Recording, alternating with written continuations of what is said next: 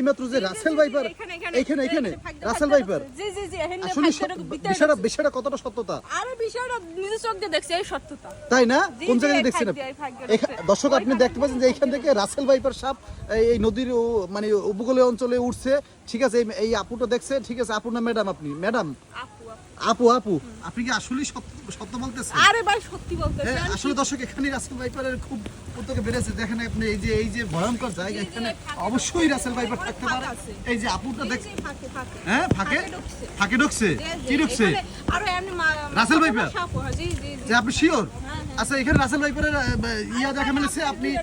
হ্যাঁ এখানে, তাই না? আচ্ছা আচ্ছা, আসলে দর্শক এই সালে বিষয়টা এসে এতটা সত্যতা, কিন্তু আসলে সত্যতা এখন পর্যন্ত পাওয়া যায়নি, কিন্তু তার কথার সাথে মিলতেছে যে এখানে খুব ভাঙল একটা অবস্থা। অবশ্যই রাসেল ভাইপারের উপদ্রব বেড়েছে। আসলে আপনি কিভাবে দেখলেন?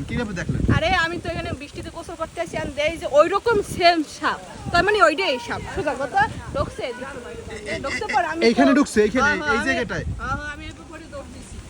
আপনি দৌড় দিচ্ছেন কেন? তা কি জড়াই দৌড়? আপনি কি মরার জন্য কি মানে প্রস্তুত না? আপনি কি মরতে চান না নাকি?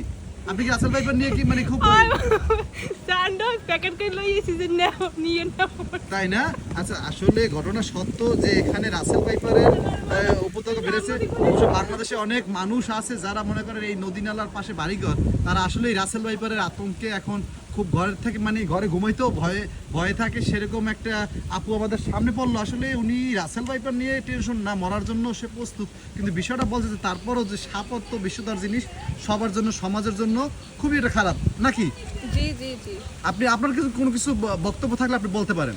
বক্তব্য আছে, সবাই সাবধানে থাকেন আর ভালো থাকেন।